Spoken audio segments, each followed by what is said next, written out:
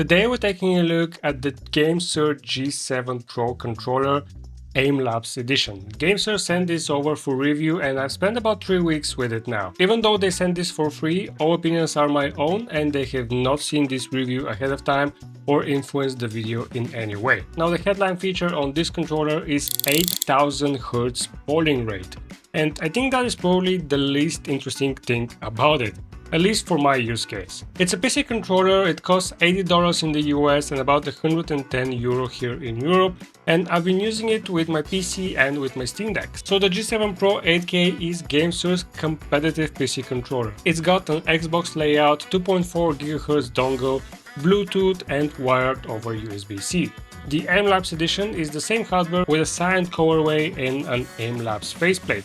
You also get a month of Aimlabs Plus in the box. Now the spec sheet on this thing is pretty stacked. It's got TMR sticks, optical microswitch phase buttons, mechanical microswitch D-pad, dual mode trigger stops and 4 extra programmable buttons. It also has a 6-axis gyro, 3.5mm audio jack over wireless and wired, and also a charging dock. These are all amazing features and I've taken advantage of almost all of them. In the box you get the controller itself, the dongle, the charging dock, a really nice graded USB-C cable, 2 extra D-pads and extra analog sticks.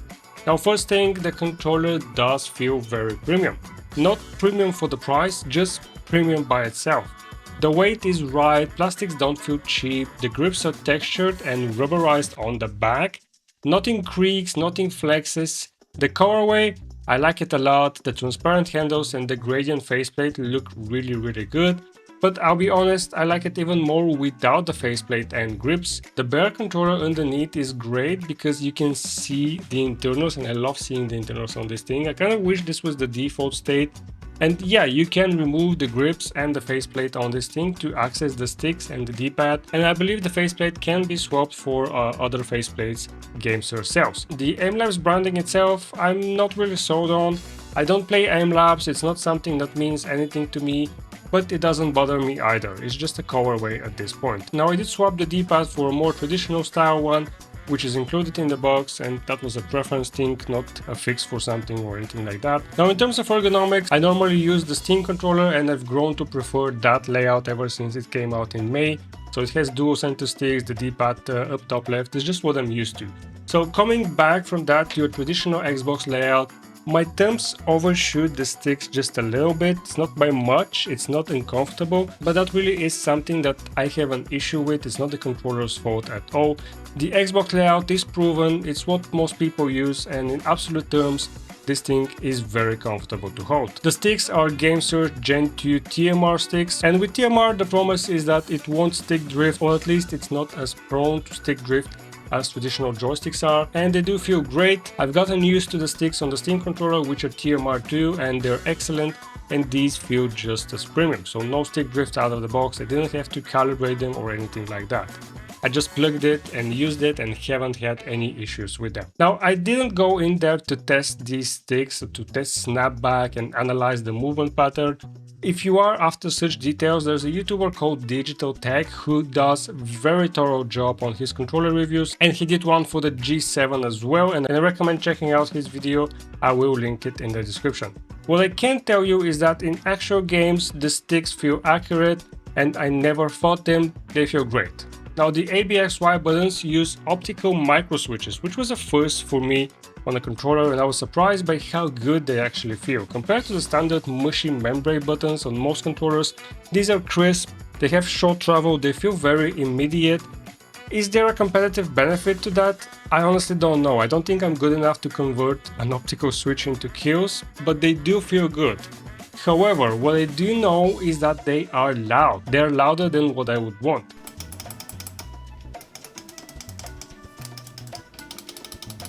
Same with the D-pad. The D-pad itself is a great mechanical microswitch, very precise, very clicky.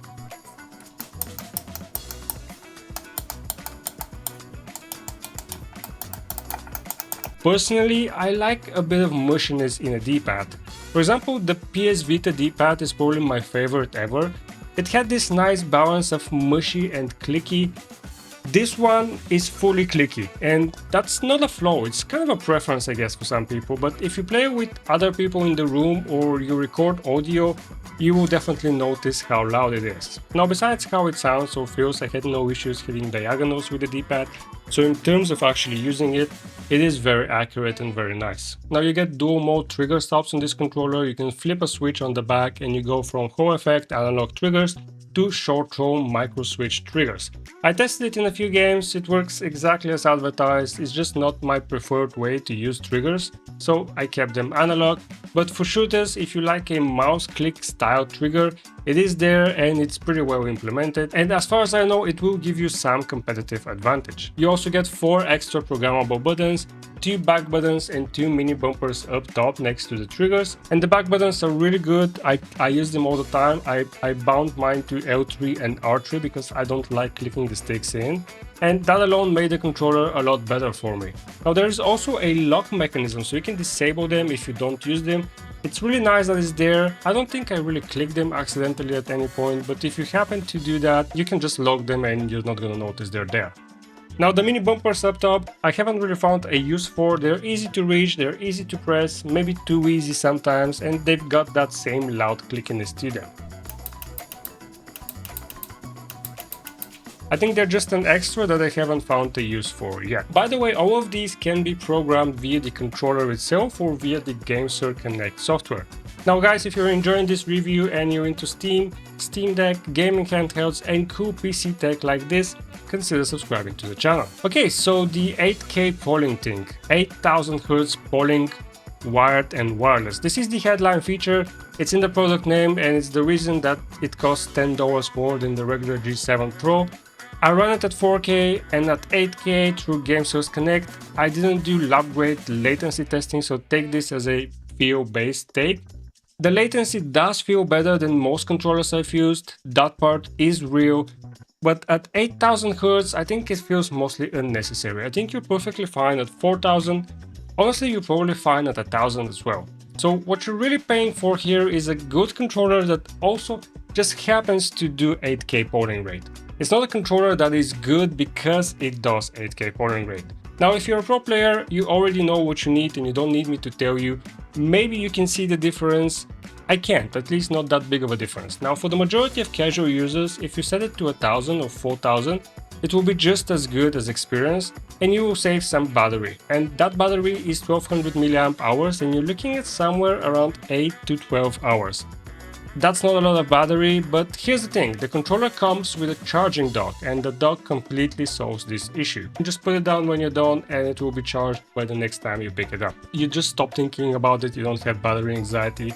And I felt this way ever since the Steam controller and its charging puck. Once you have a dock, you can't really go back. I think a dock should be standard on every controller at this price point. The dock is also pretty cool because it hides the USB dongle inside it and can act as the receiver itself, so you're only using one USB port. Now the software is called GameSir Connect and I think it's alright, it does what it needs to do. Remapping, macros, polling rates, stick curves, RGB. I mainly used it to change the RGB color, set the polling rate and remap the back paddles. Now the controller works on the Steam Deck too, of course, with no issues. Both the 2.4 GHz dongle works and the Bluetooth works as well. However, there is one interesting thing. On my Steam Deck, it gets detected as a PS4 controller when it is in Bluetooth mode, not an Xbox controller. So you will get PlayStation glyphs and Steam Input will treat it as a DualShock 4 layout. I'm not sure why that happens, it works fine, it's just not something I expected from an Xbox layout pad.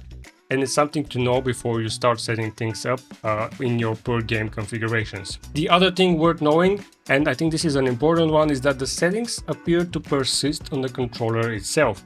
Now GameSir Connect is a Windows application, you can't really install it on SteamOS, at least not easily, but if you have a Windows PC you can set up your polling rate, your button mappings, your stick curves, your RGB, and then just use the controller on the Steam Deck with all of that carried over. So what the software does is it just writes the changes to the actual controller.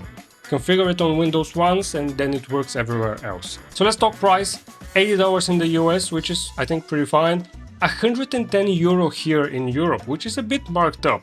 Now despite that high price, I really love this controller. For a premium controller, it really is great. The sticks are excellent, the buttons feel fantastic, the back buttons are a real upgrade, the dock itself is great, and it works on all my systems, PC and handhelds.